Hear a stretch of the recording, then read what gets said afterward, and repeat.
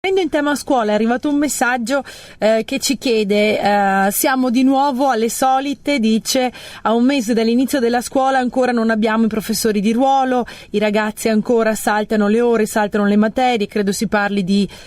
superiori o medie, perché parlando di professori, come si gestisce questa emergenza e perché ogni anno la situazione è questa, chiedono? Ma guardi, io non so se c'è una dissociazione mentale, ma invece di fare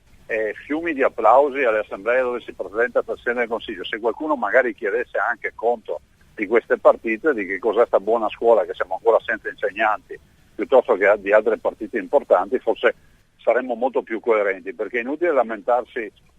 quando non c'è nessuno che ti può rispondere e quando hai qualcuno che ti può rispondere non ti lamenti. Penso che sia abbastanza da incoerenti. Questa è la buona scuola, quella che molti hanno osannato a livello nazionale, il risultato è un disastro. Tanti assenti sul posto di lavoro, insomma, sulle cattedre assegnate.